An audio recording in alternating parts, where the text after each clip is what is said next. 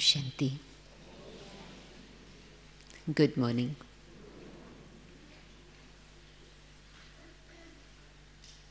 सतगुरुवार के दिन विशेष साकार बाबा, अव्यक्त बाबा, शिव बाबा, अव्यक्त बाप दादा सामने आते। साकार बाबा ने सतगुरुवार का महत्व का नियम शुरू किया और अव्यक्त बाबा वतन से हम सबको वतन में खींच रहे। शिव बाबा सतगुरु की विशेष याद रहती और अव्यक्त बाप दादा सतगुरु के रूप में दृष्टि से कैसे हमें पार ले जाते, विशेष वो अनुभव सहज सहज हो जाता। तो आज सतगुरुवार के दिन बाबा की 19 तारीख की मार्च महीने की मुरली सुनते हैं। साकार बाबा ने कैसे हम सबका फाउंडेशन ज्ञान का मजबूत किया है, गीता ज्ञान सुना करके, और किस तरह से बाबा का ज्ञान विश्व की आत्माओं के लिए है। जब बाबा के विश्व के बच्चों को देखते हैं तो बाबा को दिल ही दिल में गुणगान करते हैं कि बाबा ने कब से ये दृश्य देखा था और कब से ऐसे बच्चों को तैयार किया था।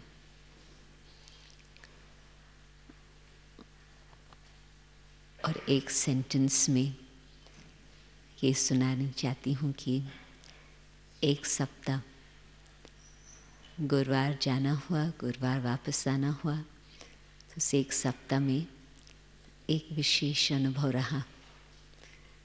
पहले हम कहते थे कि आयरन कर्टन, जो कम्युनिस्ट देश है, वहाँ कैसे वो पर्दा खुलेगा और बाबा का संदेश वहाँ पहुँचेगा। तो अभी तो वो खुल गया, बहुत जल्दी खुल गया, और अभी हंड्रेड्स बाबा के वहाँ के बच्चे यहाँ मधुबन में पहुँचते हैं और अपनी सेवाएं बहुत सुंदर रूप से दे रहे हैं। फिर ये संकल्प था कि बैम्बू कर्टन, चाइना के लिए कहा जाता है बैम्बू कर्टन, वो कैसे खुलेगा।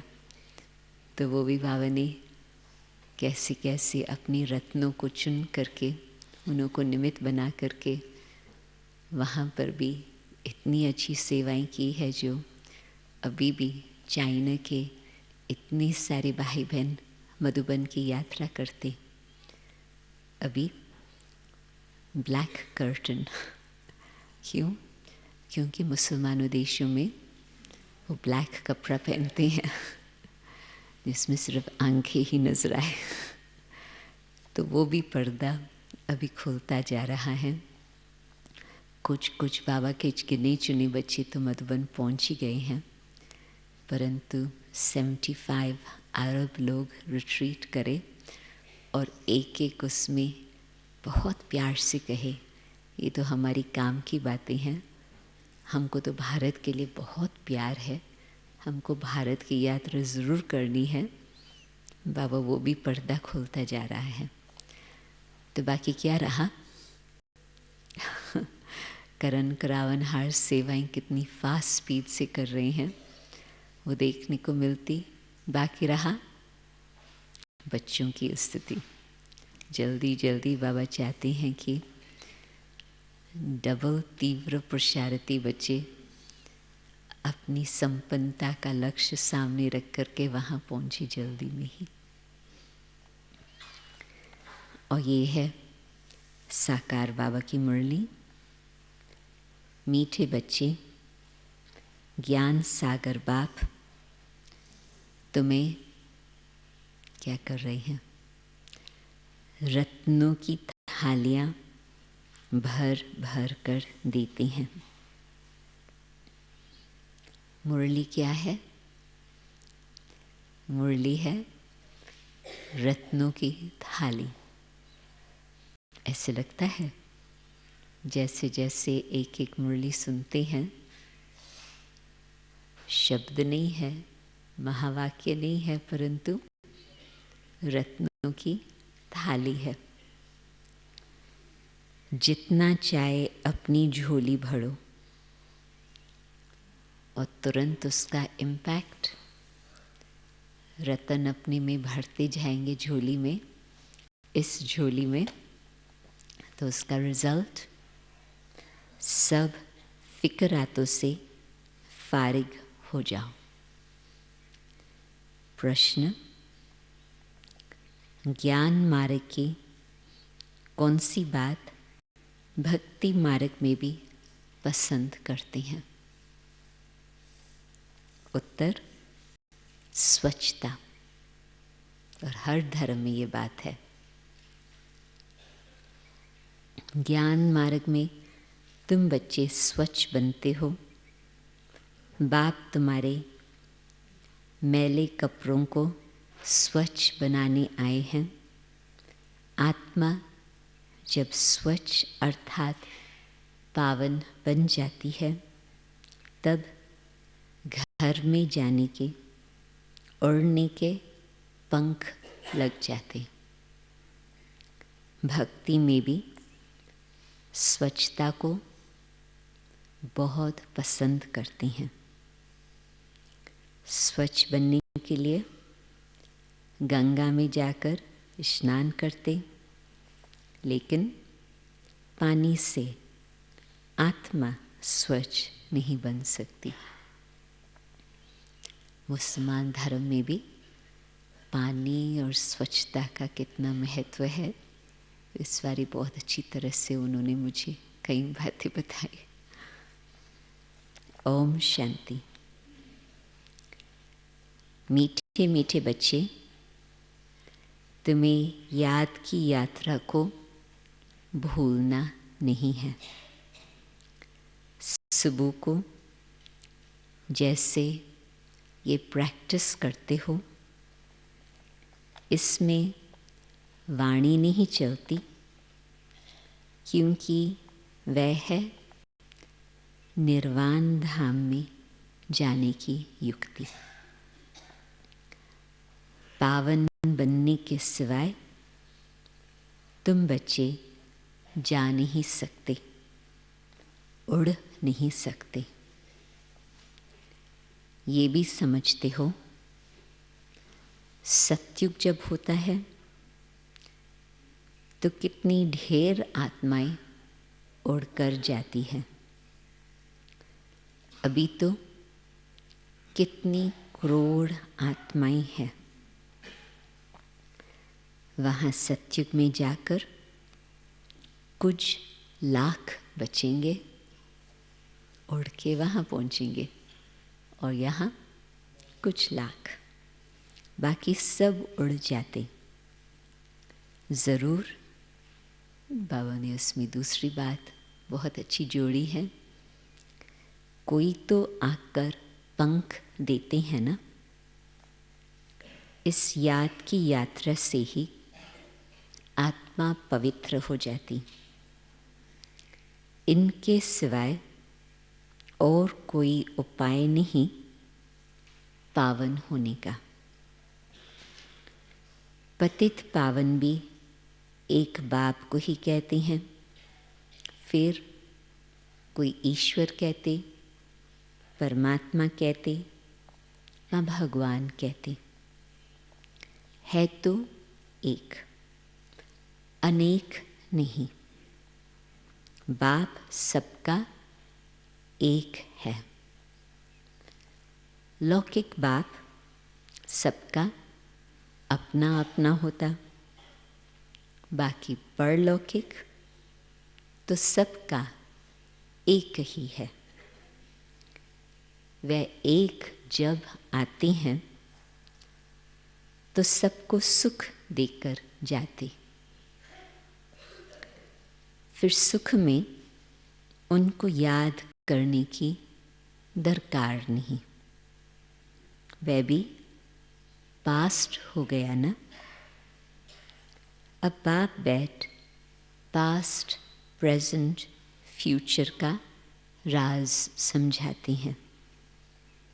झार का पास्ट, प्रेजेंट, फ्यूचर बहुत इजी है। तुम जानते हो कि कैसे बीज से झार होता, फिर वृद्धि को पाते पाते आखिरी अंत आ जाता। इसको कहा जाता है आदि, बीज से निकलना, मध्य, झार की वृद्धि और अंत। ये है वैरायटी धर्मों का झार। और साथ साथ धर्म तो वैरायटी है, परंतु उसमें भी वैरायटी फीचर्स का झार। सबके फीचर्स अपने अपने हैं। फूलों में तुम देखेंगे जैसे जैसे झाड़ वैसे वैसे उनके फूल निकलते। उन सब फूलों के फीचर्स एक होंगे, अलग अलग नहीं, परंतु एक ही प्रकार का फूल। परंतु इस मनुष्य सृष्टि झार में वैरायटी है। उनमें हर एक झार की शोभा अपनी अपनी होती। इस झार में अनेक प्रकार की शोभा है। जैसे बाप समझाते हैं, श्याम सुंदर। बाबा ने आज इसको एक के लिए नहीं कहा है, परंतु श्याम सुंदर किसके लिए है?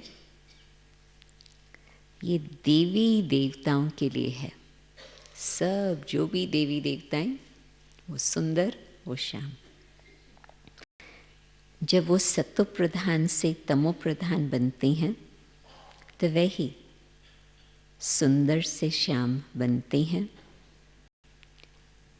ऐसे श्याम सुंदर और कोई धर्म में नहीं बनते,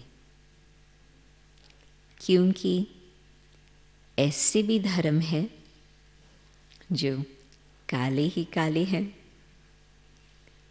उनों के फीचर्स भी देखो,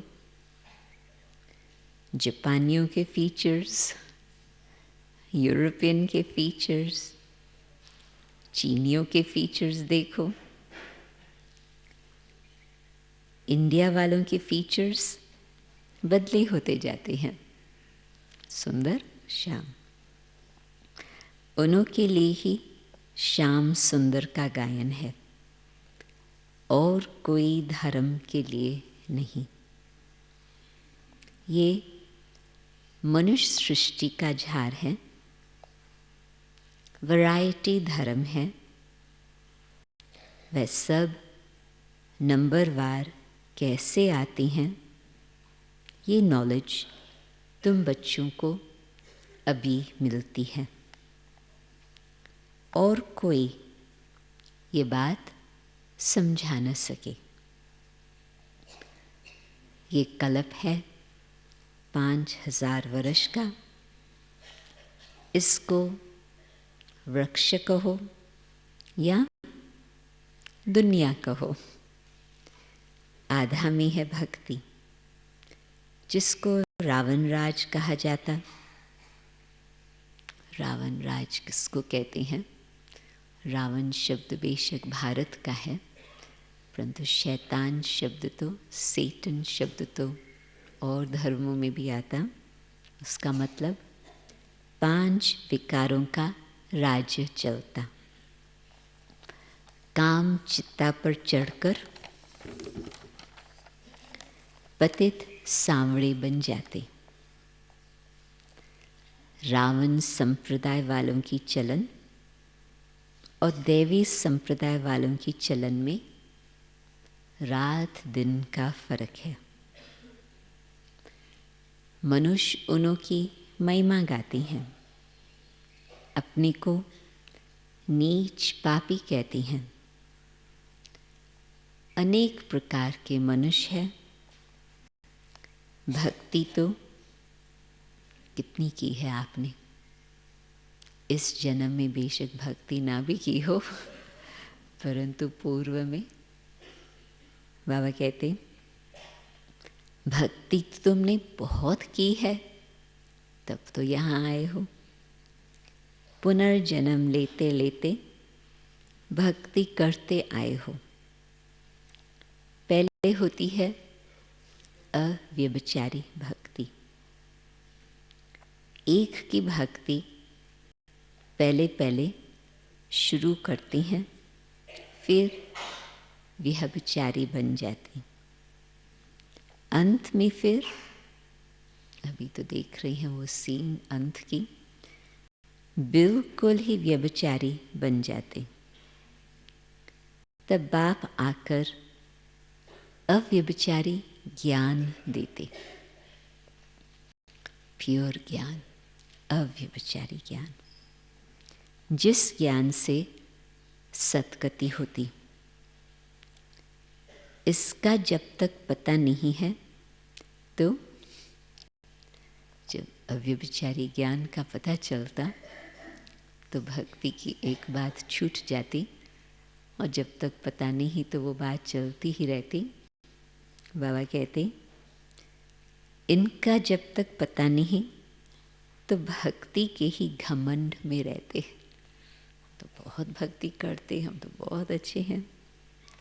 ये पता नहीं कि ज्ञान का सागर एक ही परम आत्मा है। भक्ति में कितने वेद शास्त्र याद कर ज़बानी भी सुनाते हैं, सारा मेमोराइज करके कंठ करके बताते। ये सब है भक्ति का विस्तार। भक्ति की प्रैक्टिकल सीन देख रही हैं। भक्ति की तो शोभा है। बाप कहते हैं ये शोभा को देख करके भक्ति की, बाबा कहते ये मृग तृष्णा समान शोभा है। वो रेत पानी जैसे दूर से ऐसे चमकती है जैसे चांदी। दूर से देखो तो जैसे कि कुछ चमक रहा है, परंतु ये तो धूप का इल्यूशन। हिरन को प्यास लगती तो उस रेत में भागते भागते फंस जाता। भक्ति भी ऐसे है, उसमें सब फंस पड़ते।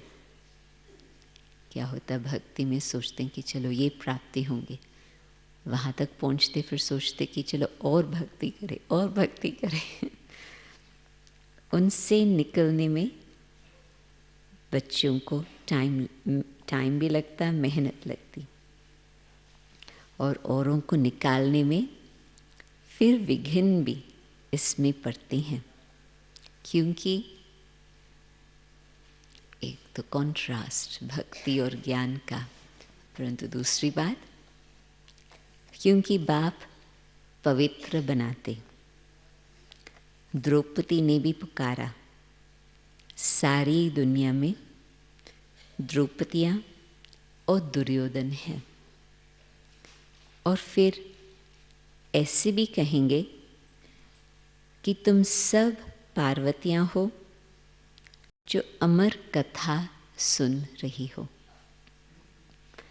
बाप तुमको अमर लोक के लिए अमर कथा सुना रहे हैं। ये है मृत्यु लोक।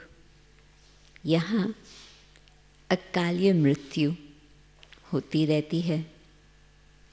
बैठे बैठे हार्ट फेल हो जाते, तुम हॉस्पिटल में जाकर समझा सकते हो।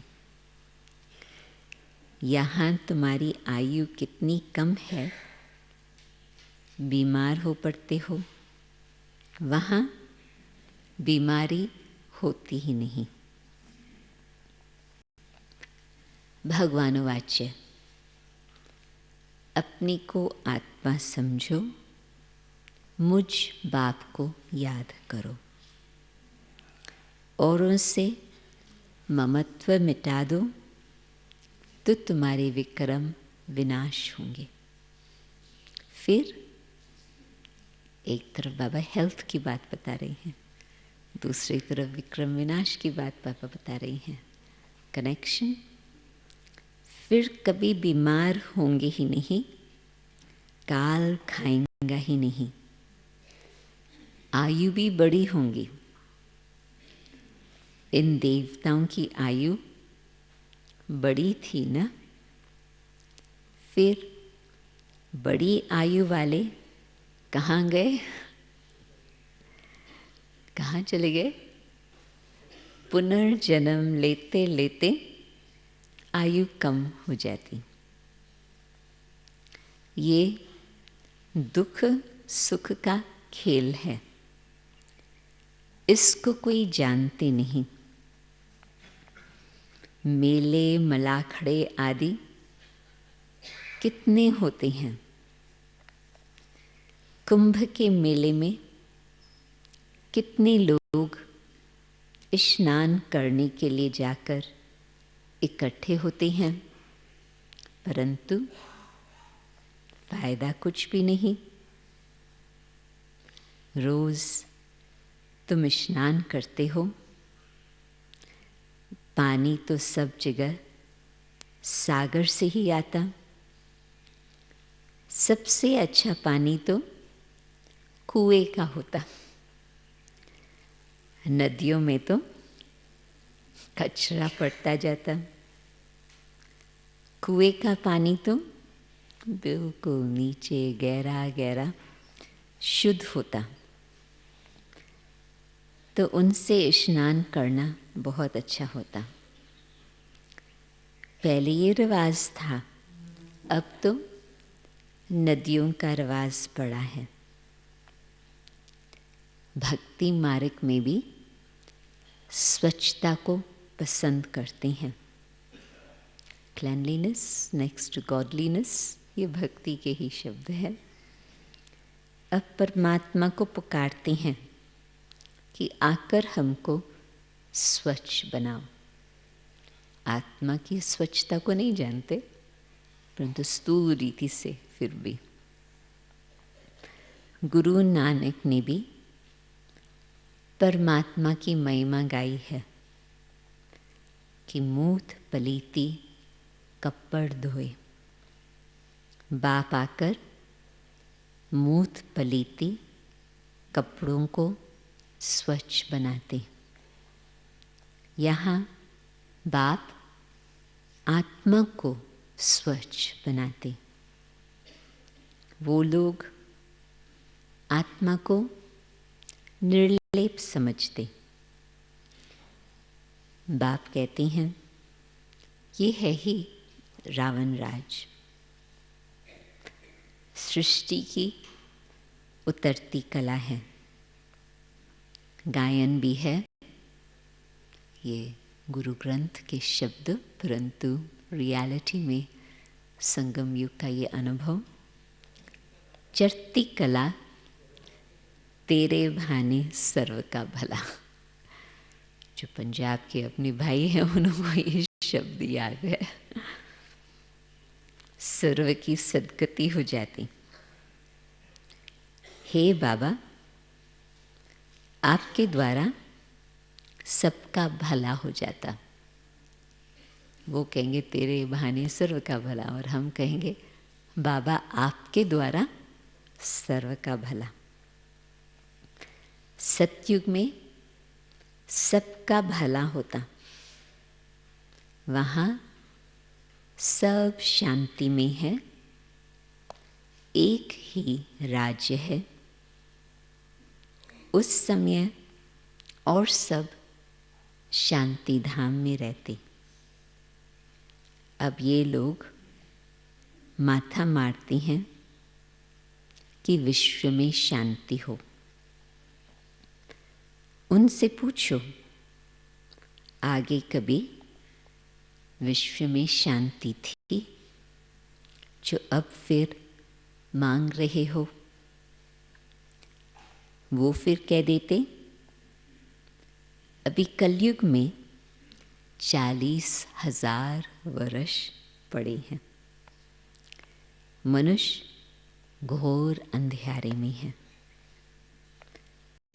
कहाँ 5,000 वर्ष का सारा कल्प, कहाँ एक कलयुग के ही 40,000 वर्ष बचे हुए बताते हैं। अनेक मतें हैं। बाप आकर सच बताती हैं कि जन्म ही 84 ही है। लाखों वर्ष हो तो फिर तो मनुष्य जानवर आदि भी बन सकते, परंतु लाखों वर्षों में तो पता नहीं क्या क्या हो जाए, लाखों जन्मों में पता नहीं क्या क्या हिसाब हो जाए। परंतु कायदा ही नहीं है। 84 जन्म मनुष्य ही लेते हैं। इसका हिसाब भी बाप बतलाते हैं। ये नॉलेज तुम बच्चों को धारण करनी है। ऋषि मुनि तो नीति नीति करके गए हैं, अर्थात द्वापर में फिर भी कहते थे हम नहीं जानते हैं, अभी तो शिवोहम, अर्थात हम नहीं जानते तो नास्तिक ठहरे। जरूर कोई आस्तिक होंगे। आस्तिक है, कौन है आस्तिक? ब्राह्मण और कौन है आस्तिक? आस्तिक ब्राह्मण भी कभी आस्तिक है, कभी उस तरफ चले जाते। राइट। आस्तिक है देवताएं, नास्तिक है रावण राज्य में। ज्ञान से तुम आस्तिक बनते हो, फिर 21 जन्मों का वर्षा मिल जाता, फिर ज्ञान की दरकार नहीं रहती। अब पुरुषोत्तम संगम युग है, जबकि हम उत्तम ते उत्तम पुरुष स्वर्ग के मालिक बन रहे हैं। इसमें जितना जो पढ़ेगा उतना ऊंच पद पाएगा। पढ़ेंगे लिखेंगे होंगे विश्व के मालिक, नहीं तो कम पद। वैसे गायन आता है, लिखेंगे पढ़ेंगे तो होंगे नवाब। बाबा कहते हैं होंगे विश्व के मालिक। वो राजाई है सुख की, यहाँ है दुख की।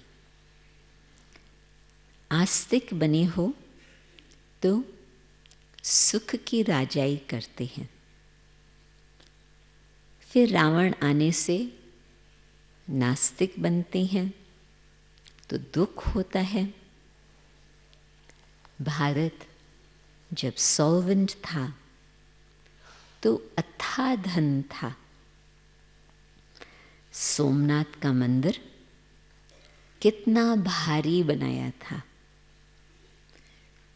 मंदिर बनाने के लिए इतने पैसे थे, ये तो दान के लिए, मंदिर के लिए, तो खुद के पास कितने पैसे होंगे। ये इतने पैसे कहाँ से मिले? कहाँ से मिले? बाबा ने दिया, परंतु उसका गायन भक्ति में बाबा ने बहुत अच्छी बात बताई। हाँ, ये जो शुरू में सार में था, शास्त्रों में लिखा है, सागर ने थालियां भर भर कर दी। तो अभी जो सागर से अपनी झोली में वो भरते जाते हैं, उन्हों को फिर इतना धन वहाँ। अज्ञान सागर तुमको रत्नों की थालियाँ भर कर देते, अब तुम्हारी झोली भर रही है। वो शंकर के आगे जाकर कहती हैं, भर दो झोली। बाप को तो जानते नहीं, यदि शंकर होता तो फिर तो सिर्फ भारतवासियों के लिए ही ये बात आती, परंतु शिव बाबा है तो विश्व की आत्माओं को चांस मिलता अपनी झोली भरने का। अब तुम जानते हो बाप हमारी झोली भर रहे हैं। जितना जिसको चाहिए सो भरे, जितना अच्छी रीत पढ़ेंगे उतना स्कॉलरशिप मिलेगा, स्टडी और स्कॉलरशिप। चाहे तो ऊंच ते ऊंच डबल सिरताज बनो, चाहे बाबा के सामने सब बातें हैं, गरीब प्रजा व दास दासी बहुत है, जो फारकती भी दे देते, ये सब ड्रामा की नूंद। बाप कहते हैं बाबा ने कितनी पालना दी, कितनी पालना दी, रोज अपनी झोली भरने के लिए बाबा आए और फिर भी कोई नहीं स्वीकार करते, झोली नहीं भरते हैं, तो बाबा क्या कहेंगे? बाप कहते ड्रामा की नूंद, मुझे कोई फिक्र नहीं, मैं तो फिक्र से फारिग हूँ। बाबा की ड्यूटी है सबको देना, फिर कोई नहीं लेते तो बाबा क्या बैठ करके उसकी चिंता करेंगे? तुमको भी बना रहा हूँ। क्या बना रहा बाबा? क्या बना रहा? फिक्र से फारिग फिक्र से फारिग स्वामी कीदा सतगुरु। स्वामी जो सबका बाप है, उनको मालिक भी कहते हैं। वो फिक्र से फारिग करने के लिए आए हैं। बाप कहते हैं मैं तुम्हारा बेहद का टीचर भी हूँ। भक्ति मार्ग में तुम अनेक टीचर से अनेक विधियाएं पढ़ते हो। बाप जो तुमको पढ़ाते हैं ये सबसे न्यारी नॉलेज है। वो है ज्ञान का सागर। भक्ति के शब्द बाबा भी याद दिला रहे हैं। जानी जाननहार नहीं कहना। ऐसे बहुत कहते हैं। बाबा क्यों ये बात कहते हैं? वैसे बाबा जानते हैं, परंतु क्यों बाबा कहते हैं? ऐसे बहुत कहते हैं। आप तो हमारे अंदर को जानते हो। बाप कहते हैं मैं कुछ नहीं जानता हूँ। बच्चों को सच्चाई सिखलाने के लिए बाबा ये कहते हैं। मैं तो तुम बच्चों को पढ़ाने के लिए आता हूँ। तुम आत्मा अभी कहाँ बैठे हो? कहाँ बैठे हो? बाबा ने बहुत अच्छा उत्तर दिया है। तुम आत्मा अपनी इस तख्त पर विराजमान हो। राइट? जब मुरली सुनते हैं तो हाँ, बिल्कुल वो स्टेज सोल कॉन्शियसनेस की सहज रहती। मैं भी इस तख्त पर बैठा हूँ। आत्मा कितनी छोटी बिंदी है, ये कोई जानता ही नहीं। तब बाप कहते हैं, पहले आत्मा को समझो, फिर बाप को समझेंगे। बाप पहले पहले आत्मा का ज्ञान समझाते हैं। जिस समय यज्ञ की स्थापना हुई, ओम की ध्वनि, ओम अपने को जानो, स्वधर्म में टिको, और जो अभ्यास सब करते थे, मैं आत्मा, मैं आत्मा, मैं आत्मा। शिव बाबा की पहचान इतनी नहीं थी, वो धीरे धीरे मिलती गई। तो बाबा कहते, पहले पहले आत्मा का ज्ञान समझाते हैं, फिर बाप का परिचय देते हैं। भक्ति मार्ग में सालिग्राम बनाए, फिर पूजा कर, फिर खलास कर देते। बाप कहते हैं, ये सब है गुड़ियों की पूजा। जो इन सब बातों को अच्छी रीति समझते हैं, वो औरों का भी कल्याण करते। बाप भी कल्याणकारी है, तो बच्चों को भी बनना है। कोई तो औरों को दलदल निकालते निकालते, दलदल से निकालते निकालते खुद फंस मरते, अपवित्र बन पड़ते, की कमाई चट कर देते। इसलिए बाप कहते हैं, खबरदार रहना। काम चित्ता पर बैठने से ही तुम काले बन पड़ते हो।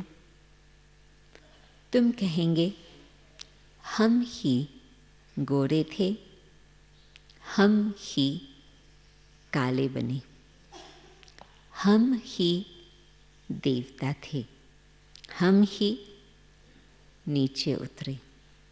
नहीं तो 84 जन्म कौन लेते हैं? ये हिसाब बाप बैठ समझाते हैं। बच्चों को बहुत मेहनत करनी पड़ती है।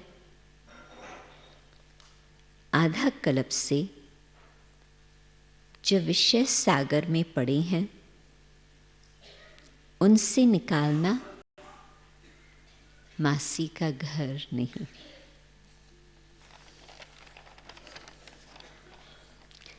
अगर कोई थोड़ा भी ज्ञान लेते तो उनका विनाश नहीं होता। ये कथा है ही सत्यनारायण बनने की। फिर नारायण बनने की कथा सुन रहे हैं, फिर प्रजा भी बनती, थोड़ा समझकर चले जाते। हो सकता फिर आकर समझे। आगे चलकर मनुष्यों में वैराग्य भी होगा। जैसे स्तूल में क्या होता, शमशान में वैराग आता, बाहर निकले खलास। तुम भी जब समझाते हो, अच्छा अच्छा करते हैं, बाहर गए खलास। कहते हैं उन्हों का कहना क्या होता, बड़े रॉयल शब्द में होता, ये काम उतार कर आएंगे, फिर उसके बाद दूसरा काम आता, दूसरा काम आता, दूसरा काम आता।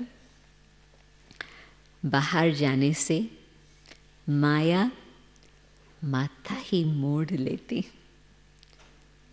कोटों में कोई निकलता, राजाई पद पाना, इसमें मेहनत है। एक तरफ बाबा कहते ज्ञान समझना सहज है, परंतु इस प्रकार से अभ्यास करके अपनी बुद्धि को इतना स्वच्छ बनाना, फिर बाबा कहते इसमें मेहनत लगती। हर एक दिल से पूछे, बेहद के बाप को हम कितना याद करते हैं। कहते हैं बाप की याद भूल जाती।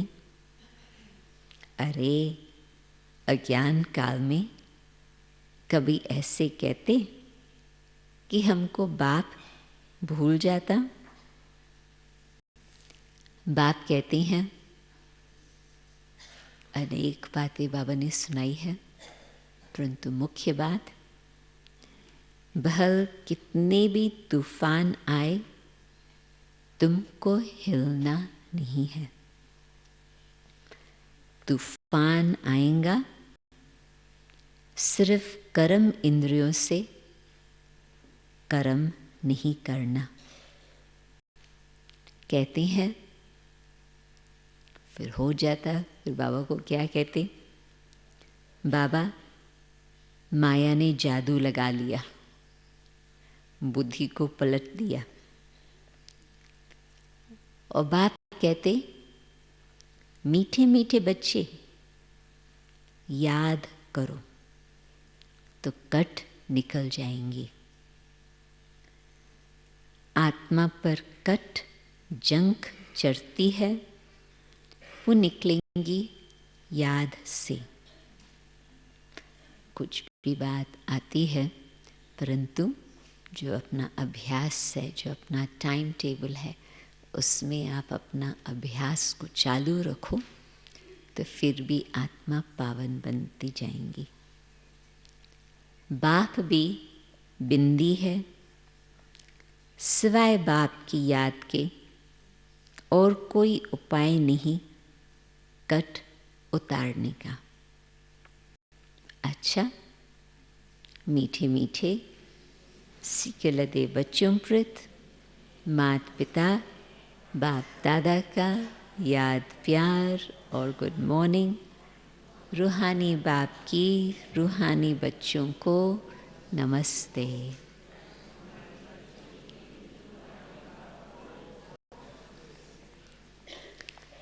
धारणा के लिए मुख्य सार, कल्याणकारी बाप के हम बच्चे हैं, इसीलिए अपना और सर्व का कल्याण करना है। कोई ऐसा कर्म न हो जो की कमाई खत्म हो जाए, इसमें खबरदार रहना है। दूसरा, पढ़ाई अच्छी तरह से पढ़कर ज्ञान रत्नों से अपनी झोली भरपूर करनी है। स्कॉलरशिप लेने का पुरुषार्थ करना है। बाप समान, आज बाबा ने किस बात में बाप समान कहा याद है? बाबा ने बहुत अच्छी बात में आज बाप समान बनने के लिए इशारा दिया। बाप समान फिक्र से फारिग, निश्चिंत रहना है। जैसे बाप फिक्र से फारिग, बाबा बच्चों को भी वरदान देती है कि आप भी सब फिक्र से फारिग रहो। वरदान, कर्म योगी बन, हर संकल्प, बोल और श्रेष्ठ कर्म बनाने वाले निरंतर योगी भव। कर्म योगी आत्मा का हर कर्म योग युक्त, युक्ति युक्त होगा। अगर कोई भी कर्म युक्ति युक्त नहीं होता तो समझो युक्ति युक्त, एक्यूरेट, जिस समय जो चाहिए वो करें, तो समझो योग युक्त नहीं है। अगर साधारण व व्यर्थ कर्म हो जाता तो निरंतर योग नहीं कहेंगे। कर्म योगी अर्थात हर सेकंड, हर संकल्प, हर बोल सदा श्रेष्ठ हो। श्रेष्ठ कर्म की निशानी है स्वयं भी संतुष्ट और दूसरे भी संतुष्ट। मैं संतुष्ट हूँ नहीं, दूसरे भी संतुष्ट। ऐसी आत्मा ही निरंतर योगी बनती है। स्लोगन: स्वयं प्रिय, लोकप्रिय और प्रभु प्रिय आत्मा ही वरदानी मूर्त है।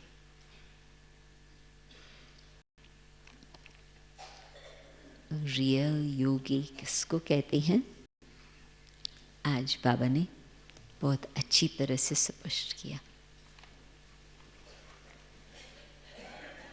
ओम शांति।